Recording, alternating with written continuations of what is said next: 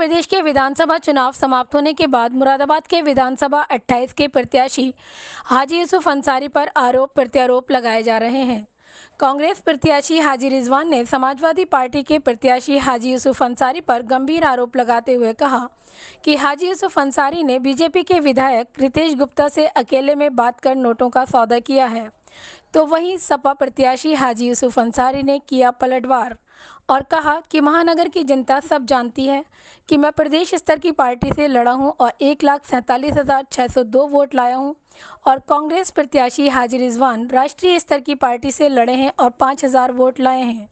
तो वहीं हाजी यूसुफ अंसारी ने कहा, ऐसे लोगों के क्या मुंह लगना जो पैसे लेकर चुनाव लड़ते हैं। आइए दिखाते हैं समाजवादी पार्टी के प्रत्याशी हाजी यूसुफ अंसारी की ज़बानी। साहब, कांग्रेस के जो प्रत्याशी हैं जो लगभग 5,000 वोटों से उन्हें मिले हैं, उनका आरोप यह है कि आपका और रितेश गुप्ता जी जो विधायक हैं उनके अंदर आपका कोई सेटलमेंट हो गया था। आप जीत रहे थे, फिर आप हार गए एकदम से, तो क्या सेटलमेंट हुआ था? अगर हुआ था तो क्या, और नहीं हुआ तो क्या कहना चाहेंगे आप? ये उनसे पूछ लीजिएगा कि मेयर के चुनाव में उनका क्या सेटलमेंट हुआ था या विधानसभा के चुनाव में उनका क्या सेटलमेंट हुआ था। ये पूरी शहर की जनता जानती है। जो आदमी रात दिन मेहनत करके और जो जीतता हुआ कोई ऐसा दुनिया के अंदर ऐसा कोई इंसान है कि जीतने के बाद और पैसे ले कोई अपने सेटलमेंट करके अपने हार जाएगा?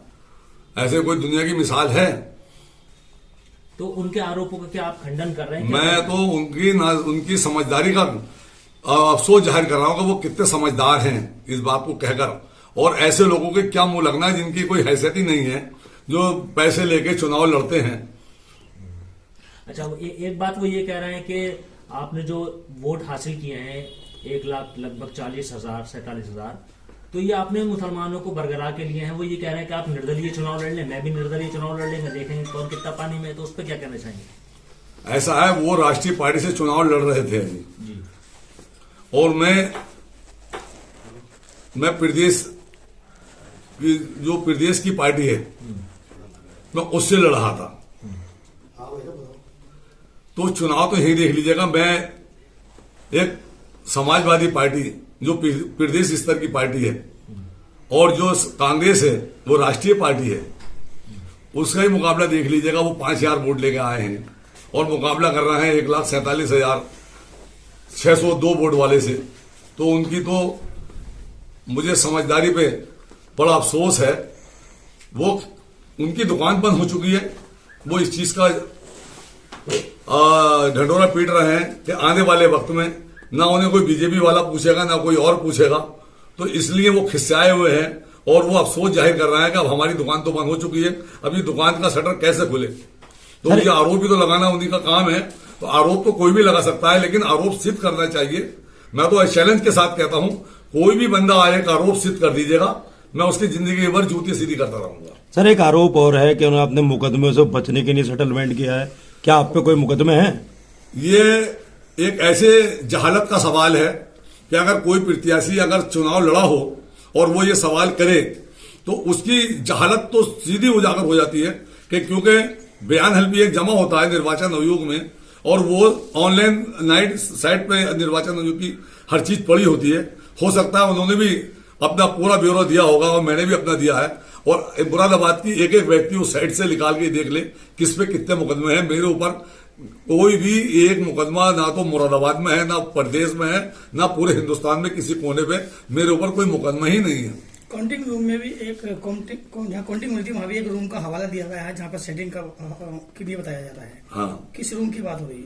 तो ये रूम तो वही बताएंगे कि वहां पे काउंटिंग रूम में उन्होंने रूम कौन सा बनवाया है, एयर कंडीशन बनवाया है या कोई गर्म रूम बनवाया कि हीटर लगवाए हैं उसमें। उसको रूम तो वहां पे जितने भी पोलिंग काउंटिंग एजेंट वहां मौजूद थे और जितने अधिकारी मतगणना कराने वाले लोग थे, जितने अधिकारी वहां मौजूद थे, जरा उनसे डीएम साहब से बाइट ले लीजिएगा कि साहब वहां पे एक रूम कौन से कोने में बनाया था जो वहां पे कोई किसी से अलग में बात हो जाए। ये डीएम साहब से भी बाइट ली जाए और एडीएम सिटी से, वो कप्तान से भी ली जाए, और मैं मानता हूं कि सिटी मजिस्ट्रेट से भी लेनी चाहिए और आपको निर्वाचन आयोग जो है उससे भी लेनी चाहिए कि साहब कंट्रोल रूम में आपने कितने रूम बनाए थे।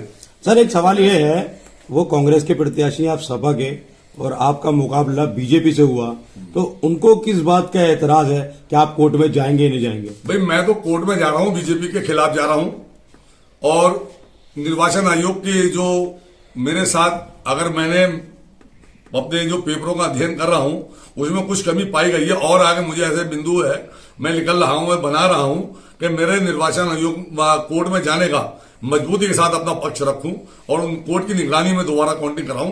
तो उन्हें क्या तकलीफ है कांग्रेस के प्रत्याशी को? तो मैं तो सीधा सीधा मेरा जो मुकाबला है वो बीजेपी के प्रत्याशी से है, हार जीत मेरी बीजेपी के प्रत्याशी से हुई है।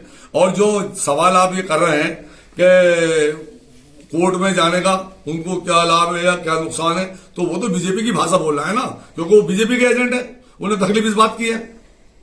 15 से 20 मिनट की बातचीत का हवाला वो दे रहे हैं, क्या माना जाए कि नाम में क्या आपकी मुलाकात हुई है? भैया मुझे तो यही नहीं मालूम कि 15 से 20 मिनट की वहां पे मुलाकात किस जगह पे हुई होगी। मुझे तो वहां पे ये बता दें कि कौन सी जगह वहां बना दी जो 15 से 20 मिनट की कोई बात हो सकती है। भाई डीएम वहां पर मौजूद है, एनएमसीडी निर्वाचन आयोग है, पूरी पार्टियों के जितने पार्टी के काउंटिंग एजेंट है वहां सारे मौजूद है। काउंटिंग कराने वाले जितने भी लोग हैं, सरकारी कर्मचारी हैं, प्राइवेट लोग हैं, सारे वहां मौजूद हैं। हो सकता है कि इन्होंने कोई सपने में देख लिया हो, तो मेरे सपनों में तो मैं जाके कुछ चीज देख नहीं सकता। हो सकता है कि इस बयान देने के लिए भी उन्होंने बीजेपी के लोगों से कुछ सौदा कर लिया हो कि भाई मैं उनकी छवि खराब करने का और मुरादाबाद की जनता की आवाम का जो उन्होंने भरपूर तरीके से मुझे सपोर्ट करा है उसको मैं अपमानित करूं, उनको मैं जलील ख्वार करूं। जिन्होंने 1,48,000 हाजी यूसुफ साहब को वोट दिए हैं तकरीबन, तो उनके लिए भी हो सकता है कि बीजेपी से दोबारा साठगांठ कर ली उन्होंने। मुरादाबाद के अंदर तो प्रत्याशी काफी लड़ रहे थे और अपने अपनी साख पे लड़ रहे थे, अपनी पार्टियों पे लड़ रहे थे, तो आखिर क्या वजह है जो वो सिर्फ आप ही के ऊपर निशाना साध रहे हैं? अरे भाई वो मेरे ऊपर ये तो वो सही मानों में तो वो ही कह सकते हैं। मैं तो आपसे सिर्फ इतनी बात कह सकता हूं कि चोर को चोर दिखाई देता है, हरे को हरा दिखाई देता है, और कोई काम करने से पहले किसी के ऊपर कोई भी आरोप लगाए तो उसके ऊपर सबूत होना जरूरी है। मैं आपके माध्यम से कह रहा हूं, अगर इन्होंने ऐसी कोई बात करी है और मेरे पास लिखत में कोई चीज ऐसी अगर आती है तो मैं इसके खिलाफ भी उनके ऊपर मुकदमा दायर करूंगा, मानहानि का दावा करूंगा और उनसे सबूत मांगूंगा कि जो जो तुमने मेरे ऊपर आरोप लगाए उसे साबित करें, उसका मुझे ब्यौरा दें। सर वो उनको इस बात का भी एक गुरूर था, उनके 77,000 वोट वो मेयर में आपसे ऊपर निकले थे। क्या मानना है, क्या इसी बात को लेकर वो अपना गुस्सा जाहिर कर रहा है या जनता को बरकरार रहे हैं? देखो शहर की जनता है, बार बार धोखा नहीं खाया करती है। पूरी शहर की जनता, उनके आपस के लोग, उनके साथ के रहने वाले लोग, हो सकता है आप पत्रकार हो, आपको भी जानकारी होगी कि उन्हें कौन डील कर रहा था, कैसे डील हो रही थी, चाहे वो मेयर का चुनाव हो, चाहे वो विधानसभा का चुनाव हो सकता है वो आने वाले मेयर के चुनाव के लिए फिर किसी से सौदेबाजी करें और उन्हें ये अफसोस हो कि अब हमें कोई हमसे कोई सौदे भी करने नहीं आएगा क्योंकि हमारी दुकान बंद हो चुकी है। हमें इतने वोट मिले हैं, कहीं कहीं तो नोटा को इससे ज्यादा वोट मिल जाते हैं, कहीं कहीं आजाद उम्मीदवार को उससे ज्यादा वोट मिल जाते हैं, तो वो उन्हें अफसोस इस बात का नहीं है, अफसोस इस बात का है कि उनकी दुकान बंद हो गई है।